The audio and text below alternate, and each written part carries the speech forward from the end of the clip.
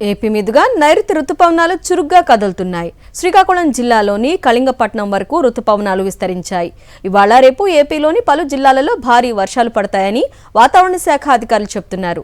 ఇవాళ అల్లూరి, కోనసీమ, పశ్చిమ గోదావరి, కృష్ణా, ప్రకాశం, నెల్లూరు జిల్లాలకు ఎల్లో అలర్ట్ జారీ చేశారు. రేపు అల్లూరి, ఏలూరు, ఎన్టీఆర్, కృష్ణా, నంద్యాల, వైఎస్ఆర్, అన్నమయ్య, తిరుపతి జిల్లాలలో భారీ వర్షాలు ఉండే అవకాశం ఉందని వాతావరణ శాఖ తెలిపింది.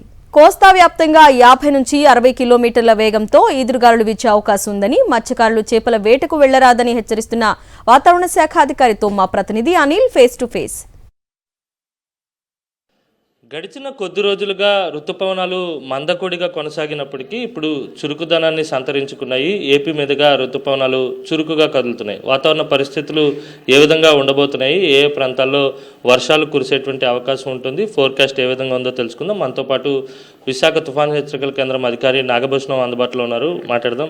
సార్, ఋతుపవనాల కదలికలు ఎలా ఉన్నాయి, ఎక్కడి వరకు ఋతుపవనాలు విస్తరించాయి, ఏ ప్రాంతాల్లో వర్షాలు కావచ్చు లేకపోతే ఎండ తీవ్రత కూడా ఏ విధంగా ఉండబోతుంది?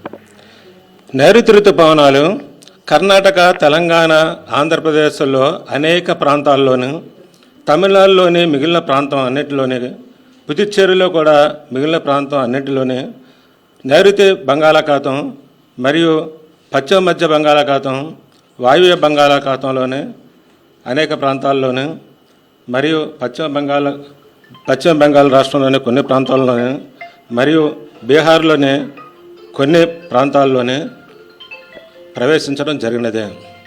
ఏపీలోని కళింగపట్నం వరకు కూడా విస్తరించడం జరిగినవి. ఉత్తర కోస్తా జిల్లా అయినటువంటి కళింగపట్నం వరకు కూడా విస్తరించడం జరిగింది.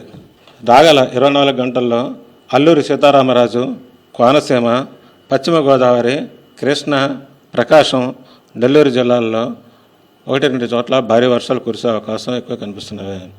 రాగల 48 గంటల్లో అల్లూరి సీతారామరాజు, ఏలూరు, ఎన్టీఆర్, కృష్ణా, తిరుపతి జిల్లాల్లో 1-2 చోట్ల భారీ వర్షాలు కురిసే అవకాశాలు ఎక్కువ కనిపిస్తున్నవి.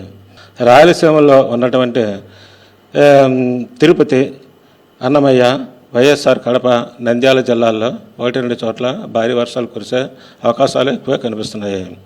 మరియు రాష్ట్రంలో గాలులు పశ్చిమ మరియు వాయువ్య దిశ నుంచి రావడం కారణంగా నైరుతి ఋతుపవనాలు ఆల్రెడీ మన రాష్ట్రంలో చాలా ప్రాంతంలో ప్రవేశించినప్పటికీ కూడా ఇంకా మిగిలిన కొన్ని ప్రాంతాల్లో ఇంకా ప్రవేశించడానికి అవకాశాలు ఎక్కువ ఉన్నాయి. వీటి కారణంగా రాష్ట్రంలో గాలులు అంటే వడగాలులు వీచే అవకాశాలు ఎక్కువ కనిపిస్తున్నాయి. రాగల 2 రోజుల్లో పార్వతీపురం, విజయనగరం, అల్లూరి సీతారామరాజు, విశాఖపట్నం, అనకాపల్లి, కాకినాడ, ఉత్తర కోస్తా జిల్లాల్లో వడగాల్పులు ఎక్కువగా ఇచ్చే అవకాశాలు ఉన్నాయి. ఇవే వడగాల్పులు ఇవే జిల్లాల్లో రాగల 48 గంటలు కూడా కొనసాగే అవకాశాలు ఎక్కువ కనిపిస్తున్నాయి. మరియు రాష్ట్రంలో అంటే ఉత్తర కోస్తా, దక్షిణ కోస్తా జిల్లాల్లో 1-2 చోట్ల శ్రీకాకుళం, ఏలూరు, ఎన్టీఆర్, కృష్ణా, గుంటూరు, పల్నాడు, ప్రకాశం, నెల్లూరు జిల్లాల్లో వేడి, తేమ, అసౌకర్యమైనటువంటి వాతావరణం కలిగే అవకాశాలు ఎక్కువ ఉన్నవి. ఇది మొత్తం మీద ఋతుపవనాలు చురుకుగా కదులుతున్నాయి. ఏపీలో ఉన్నటువంటి దాదాపు కళింగపట్నం వరకు కూడా ఋతుపవనాలు విస్తరించినట్టుగా వాతావరణ శాఖ ఇప్పటికే అంచనాను విడుదల చేసింది. మరోవైపు అక్కడక్కడ వడగాల్పులు కూడా ఉండేటువంటి సూచనలు ఉన్న నేపథ్యంలో ప్రజలు అప్రమత్తంగా ఉండాలని ఐఎండీ హెచ్చరిస్తుంది. వీడియో జర్నలిస్ట్ అప్పదాస్తో కలిసి అనిల్, సాక్షి టీవీ, విశాఖ తుఫాను హెచ్చరికల కేంద్రం నుంచి. మరిన్ని అప్డేట్స్ కోసం ఛానల్ను సబ్స్క్రైబ్ చేయండి. నోటిఫికేషన్స్ కోసం బెల్ ఐకాన్ పై క్లిక్ చేయండి.